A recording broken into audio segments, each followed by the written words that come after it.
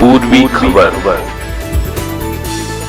रानीगंज के junior doctor forum की ओर से रानीगंज स्थित IMC कार्यालय में अभया क्लिनिक नामक कार्यक्रम का आयोजन किया गया, जिसमें आए हुए सभी मरीजों की निःशुल्क स्वास्थ्य जांच की गई। Totally free. আমরা এটা গতকাল আমাদের যে জুনিয়র ডক্টরস ফ্রন্ট, যেটা আমরা পুরো কলকাতাতে যারা লিড করছে, ওরা কালকে একটা অ্যাপিল রেখেছে কয়েকটা কাজ করার জন্য। তো আমরা কালকে সন্ধ্যে 7টার সময় জানতে পেরেছি, যার জন্য আমরা ঠিক অর্গানাইজ হয়েছে আজকে করতে পারিনি। এই অভয় ক্লিনিক তাও আমরা শুরু করেছি। আমাদের সমস্ত রকম ডাক্তাররা প্রেজেন্ট আছে, কিন্তু পেশেন্টরা এত আসতে পারেনি বা জানতে পারেনি বলে হয়তো আসেনি।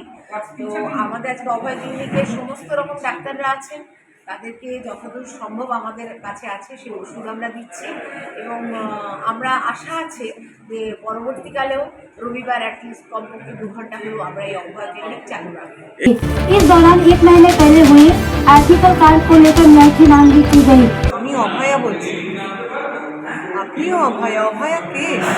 অভয়া আপনি, আমি, উনি উনি উনি সবাই অভয়া। এখন এই অভয়াই ডাক চেয়েছে, অভয়াই নিজের বিচার চাইছে। তো আমরা বিচার কি করে পাবো? যদি সংঘবদ্ধ থাকি, বিচার তো আসবেই। এই অন্ধকারের যুগে সূর্য উদয় হবেই, এই অন্ধকারের কোনায় কোনায় সূর্যের আলো পৌঁছবে, এই আশায় অভয়া নিজের লড়াই নিজেই লড়ছে। वहाँ मौजूद डॉक्टरों ने कार्यक्रम का नाम अभया रखने को लेकर प्रकाश डाला। बताया कि आखिरकार क्यों इस कार्यक्रम को अभया नाम से संचालित किया जा रहा है। এই যে অভয়া নাম দেওয়া হয়েছে, এটা বিস্তারিত একটু আমাকে বলুন, অভয়া কেন নাম দেওয়া হয়েছে? আপনারা সবাই জানেন যে সুপ্রিম কোর্টের রুলিং আছে যে কখনো এইরকম হিনিয়াস ক্রাইম যে ভিকটিম, তার অরিজিনাল নাম কখনো মিডিয়ার সামনে বা পাবলিকের সামনে বলা যায় না। সেই জন্যই আমরা ডাক্তাররা, জুনিয়র ডাক্তাররা, তার নাম আমরা অভয়া দিই। অভয়া মানে ভয়হীন। সে মারা গিয়ে শুধু মারা যায়নি, শুধু সে মারা গিয়ে সমগ্র সমাজটাকে জাগিয়ে দিয়ে গেছে। তার মানে অভয়া ক্লিনিক এটা তো? এটা অভয়া ক্লিনিক। আজকে আমাদের এই আন্দোলনে এই যে নৃশংস বর্বর ঘটনার 1 মাস পূর্ণ হতে চলেছে। আমরা আজও বিচার পাইনি, এবং আজও সবাই আমরা রাস্তায় আছি।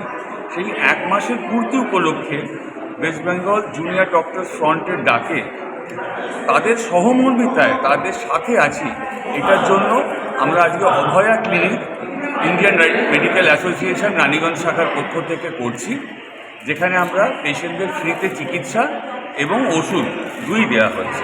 अब तक के लिए बस इतना ही। फिर मिलेंगे अगली खबर में। कैमरामैन बिट्टू के साथ मनोज नाथ की रिपोर्ट, पूर्वी खबर रानीगंज। हमारे चैनल को लाइक, शेयर, सब्सक्राइब करना ना भूलें और बेल आइकन को दबाना ना भूलें और देखते रहें पूर्वी खबर। पूर्वी खबर, नजर सब पर।